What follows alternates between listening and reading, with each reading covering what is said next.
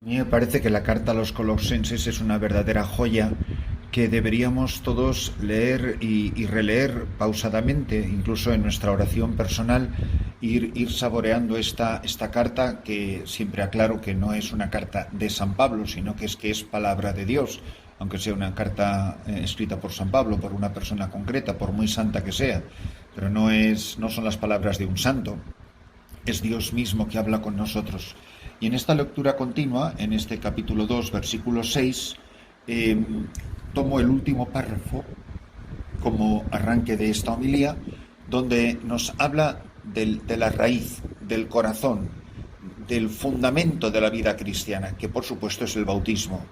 Y dice él: por el bautismo fuisteis sepultados con él, y habéis resucitado con él, porque habéis creído en la fuerza de Dios que lo resucitó de entre los muertos. Yo estoy bautizado porque creo que Cristo ha resucitado.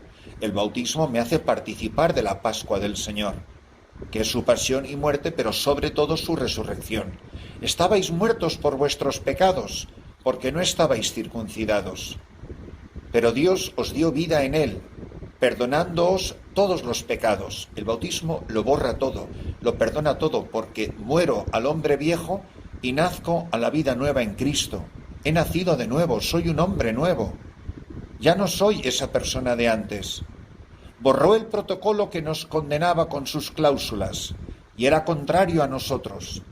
Lo quitó de en medio, clavándolo en la cruz. Cristo en la cruz ha subido al madero cargado con mis pecados, para que yo, por el bautismo, pueda recibir la nueva vida que Él recibe en la resurrección.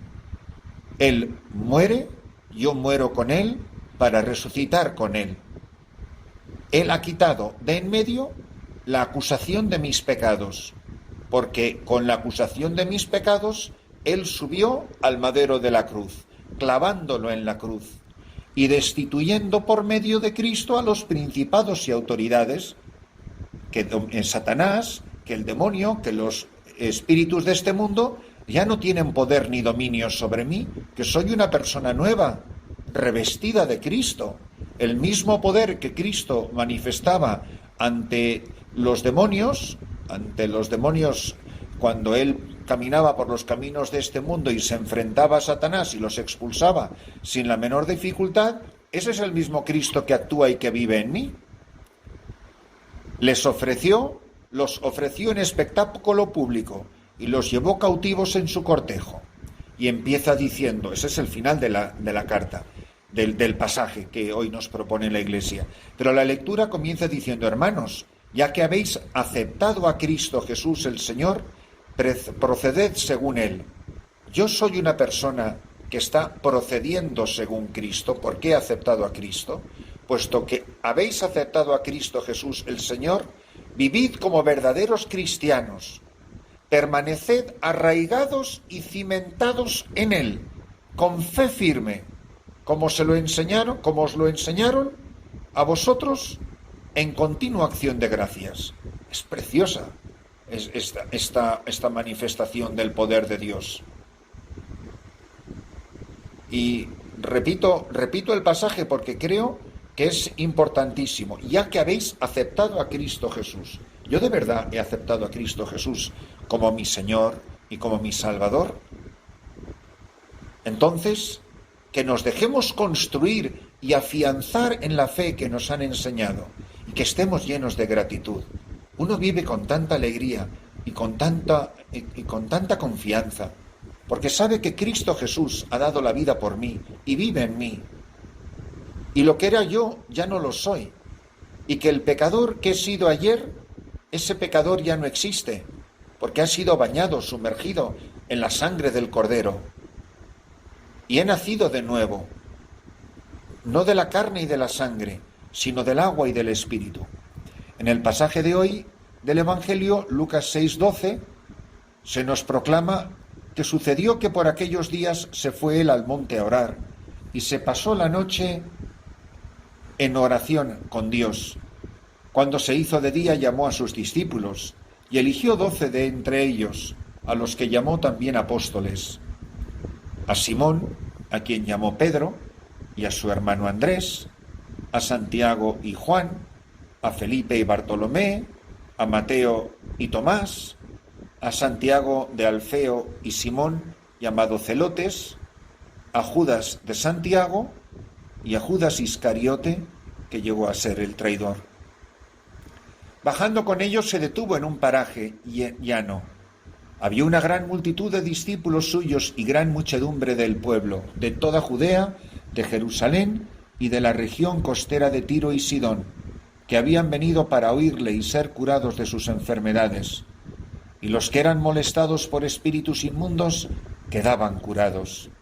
Toda la gente procuraba tocarle, porque salía de él una fuerza que sanaba a todos. Hoy Jesucristo elige a los 12. Son el fruto de una noche de oración.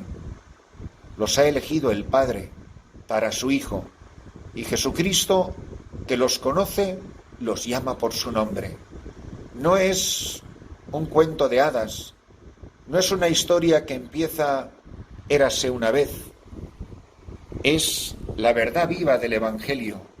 Es Cristo que actúa en la vida de estos hombres y los llama por su nombre y les cambia la vida para siempre. Eran pescadores, la mayoría serán pescadores de hombres. E inmediatamente el encuentro con las gentes. La vida cristiana pasa por el encuentro con el otro, por el encuentro con el hermano, sobre todo con el hermano pobre, necesitado, por el que sufre, por el desvalido. La palabra de Dios nos recuerda que Jesucristo ha elegido a estos hombres para que actúen en su nombre, in persona Christi.